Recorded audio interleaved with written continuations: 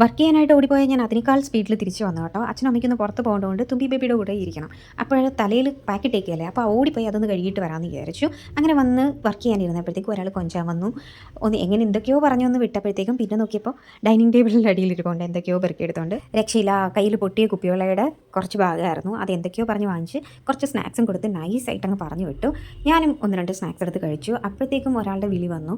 സ്കൂബിക്ക് വിശക്കുന്നുണ്ടായിരുന്നു. അവന് ഫുഡ് കൊടുക്കാനായിട്ട് പോയി. അപ്പോഴത്തേക്കും അടുക്കളയിലുണ്ടായിരുന്ന അല്ലറ ചില്ലറ പണികളും കൂടെ ഒക്കെ ഒതുക്കി. കുറച്ച് പാത്രം കഴുകാനൊക്കെ ഉണ്ടായിരുന്നു, അതൊക്കെ സെറ്റിൽ ചെയ്തു. പനിയായതുകൊണ്ട് കുറച്ച് കഞ്ഞി കൊടുക്കാമെന്ന് വിചാരിച്ച് വിളിച്ചപ്പോഴത്തേക്കും ഞാൻ ബബിൾസ് ഉണ്ടാക്കുകയാണെന്ന്. എന്നാൽ പിന്നെ ആയിക്കോട്ടെ, ഞാൻ ഡിസ്റ്റർബ് ചെയ്യുന്നില്ല എന്ന് വിചാരിച്ചിട്ട് ഞാൻ പോയി ഫുഡ് കഴിച്ചു. ഫുഡ് കഴിച്ചതിന് ശേഷം വർക്ക് ചെയ്യാനായിട്ടിരിക്കുകയാണ്. ഈ ഒരു ടൈം എനിക്ക് ഭയങ്കര പ്രൊഡക്റ്റീവ് ആയിരിക്കും, കാരണം കുറേ ടൈം വർക്ക് നടക്കും. ഇനി ഇപ്പോഴെങ്കിലും ഇത് എണീക്കില്ല കേട്ടോ, വൈകുന്നേരം ആവണം.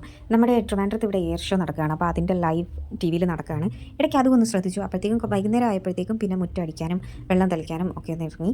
പുറത്ത് വൃത്തിയാക്കി വന്നപ്പോഴത്തേക്കും ആകെ മുഴുവൻ കുളമാക്കിയിട്ടുണ്ടായിരുന്നു. പിന്നെ അത് ഒതുക്കിയിട്ട് ഞാൻ സന്ധ്യ സമയമാകുമ്പോഴായിരിക്കും ഞാൻ തുണി അലക്കിയിട്ടത് എടുക്കാനായിട്ട് പോകുന്ന വഴി കുറച്ച് എൻ്റെ കൃഷി പരിപാടികളുണ്ട്, അതിനെല്ലാം വെള്ളം ഒഴിച്ചിട്ട് ഒരു കിൻഡൽ തുണിയാണ് എപ്പോഴും, ആ തുണിയൊക്കെ എടുത്തിട്ട് വന്നു. അങ്ങനെ എടുത്തിട്ട് വന്നിട്ട് ഞാൻ നോക്കിയപ്പോഴത്തേക്കും ഒരാൾ മോളിൽ നിൽപ്പുണ്ടായിരുന്നു. ഒരു തരത്തിലും ഇറങ്ങുന്നില്ല. പിന്നെ അടിയായി ഇടിയായി ബഹളമായി, ഒരു രക്ഷയില്ല. എങ്ങനെയൊക്കെയോ ബഹളം വെച്ചിറക്കി.